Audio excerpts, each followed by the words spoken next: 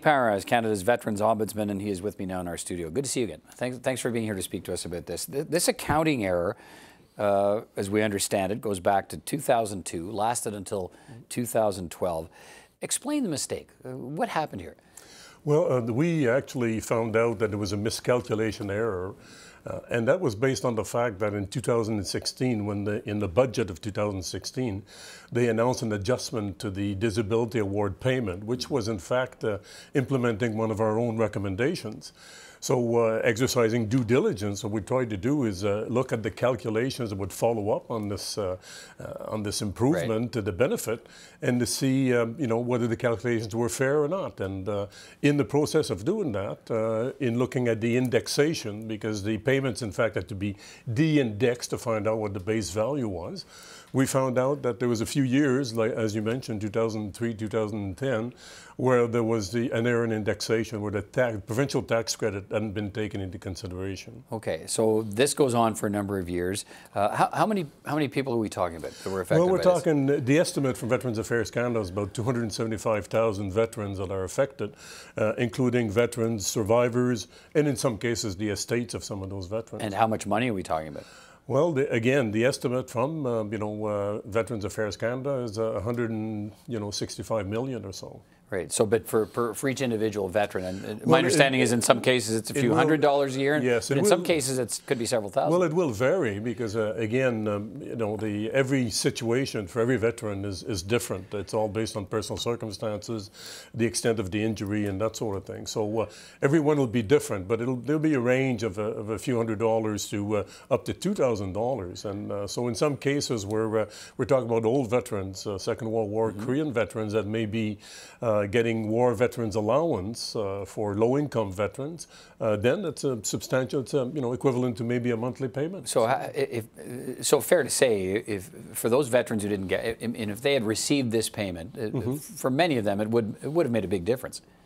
Well, over the years, maybe not that significant, but each year. But yes, over a period of 10 years of indexation error, yes, it could make a difference. Like I say, of a few $100s, a few $1,000s. So when you went to look at it and spoke to the government, what was the explanation for how the mistake happened and how it wasn't caught for so many years? Well, obviously the reaction was, are you sure? So of course. And you said yes, we are. Well, we are. But subsequent to our investigation, of course, our review of the calculation process, they did their own assessment to make sure that we were in fact, within the ball game sort of thing. And yes, they found out that there was in fact an error.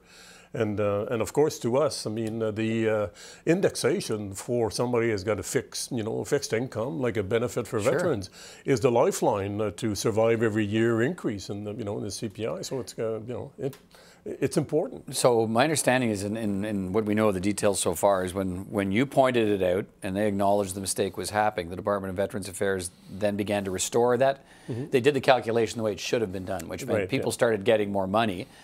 But did they say anything about it? Did they actually say, oh, by the way, we made a mistake for 10 years and you're going to get a big check or some kind of check to reimburse it? No, in fact, that's the first time that we actually made it public, and the reason for that being that, I mean, it was a long process of redoing the calculations themselves and then securing the funds and coming up with an action plan as to how it is that they were going to compensate these veterans, their families, survivors, and the states. So, obviously, it takes a long time. So, but I'm curious. I'm curious to know when this mistake. So, when was the mistake discovered? It was discovered by us in 2017, post the 216 announcement. Okay, and so I guess I'm wondering why nobody stood up in government then and said, look, there's been this mistake and we're working on it and we're going to make it right for everybody. Yeah, well, we didn't know the extent of it. Obviously, it was at the, it's the purview of the department and, the Minister of Veterans Affairs to, what I understand is the fact that they waited until they had a solution and secured the money, because the funding is not there for that. So the government, the Minister of Veterans Affairs is saying today he's secured the funding, $165 million to go back and pay these payments, but he says it'll take to 2020 to pay these people. Some of these are old soldiers, right? Some of them have passed too. Some of them you're talking about. So we'll be paying their estates, but survivors or estates. And how many others? So how many others pass between now and the next 2.5 years, when at the end of 2020 when they get this money. Does that concern you? Well, we can only hope that that when they start the process of reimbursing, that they look at meeting the needs. Obviously, veterans that are the ones I talked about, World War II and Korean War veterans that may be under war veterans allowance, or low-income veterans that would benefit from the reimbursement immediately. So I expect it'll be a needs-based approach.